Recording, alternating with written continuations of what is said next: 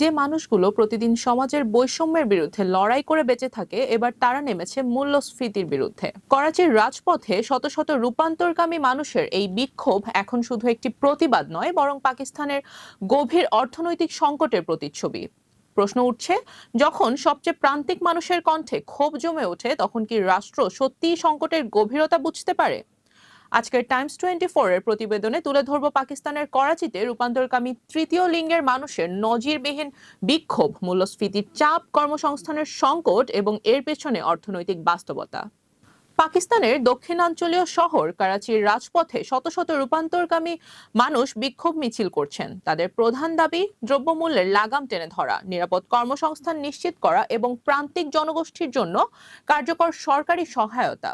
বিক্ষোভকারীদের অভিযোগ, মধ্যপ্রাচ্যে চলমান সংঘাতের পর জ্বালানি নিত্য প্রয়োজনীয় পণ্যের দাম অস্বাভাবিকভাবেই বেড়ে গেছে। আর এই মূল্য বৃদ্ধির সবচেয়ে বড় ধাক্কা সামলাতে হচ্ছে সমাজের প্রান্তিক জনগোষ্ঠীকে। সামাজিক বৈষম্যের পাশাপাশি এখন তারা তীব্র অর্থনৈতিক সংকটের মুখোমুখি। করাচির রাজপথে হাতে প্ল্যাকার্ড নিয়ে ক্ষোভ প্রকাশ করছেন বিক্ষোভকারীরা। একটি প্ল্যাকার্ডে লেখা ছিল, জ্বালানির দাম আকাশ ছোঁয়া কিন্তু আমাদের থালা খালি। আরেকটিতে লেখা ছিল, আমরা রাজপথে ভিক্ষা করি আর তোমরা IMF এর কাছে। এসব স্লোগানের মাধ্যমে সরকারের অর্থনৈতিক নীতি এবং সংকট মোকাবেলার সক্ষমতা নিয়ে প্রশ্ন তোলা হয়। বিক্ষোভের আয়োজকদের দাবি, বাসা ভাড়া, জ্বালানি এবং খাদ্যপণ্যের দাম এমন পর্যায়ে পৌঁছেছে যে স্বল্প আয়ের মানুষদের জন্য সংসার চালানো দিন দিন অসম্ভব হয়ে পড়েছে। তাই তারা অনগ্রসর জনগোষ্ঠীর জন্য বিশেষ সহায়তা, সামাজিক নিরাপত্তা এবং নিরাপদ কর্মসংস্থানের দাবি জানিয়েছেন।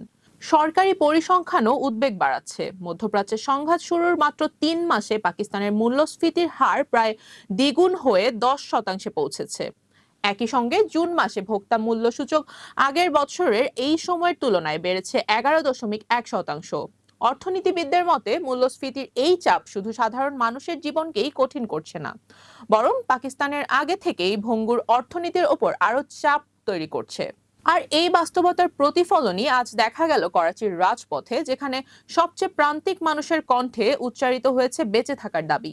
এই পরিস্থিতিতে এখন সবার নজর পাকিস্তানের সরকারের পরবর্তী পদক্ষেপের দিকে। মূল্যস্ফীতি নিয়ন্ত্রণ, কর্মসংস্থান সৃষ্টি এবং প্রান্তিক জনগোষ্ঠীর সুরক্ষায় সরকার কতটা কার্যকরী উদ্যোগ নিতে পারে, সেটি নির্ধারণ করবে এই সংকট কোন দিকে গড়াবে।